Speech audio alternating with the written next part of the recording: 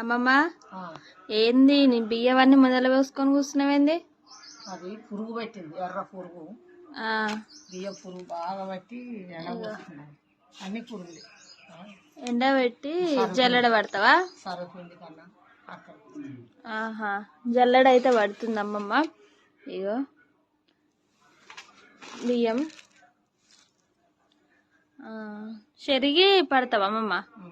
అప్పుడు వెనకట మీరు అట్నే పట్టుకునేది కదా.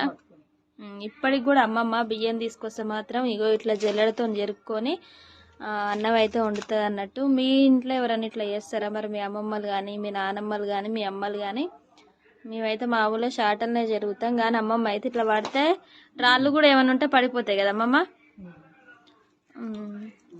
ఇప్పుడు చేస్తావా మరి? ఇప్పుడు పని చేస్తావా? ఇది ఈరోజు బాగా కొడుతుంది మళ్ళీ ఎండ, మళ్ళీ వర్షం పట్టట్టే ఉంది.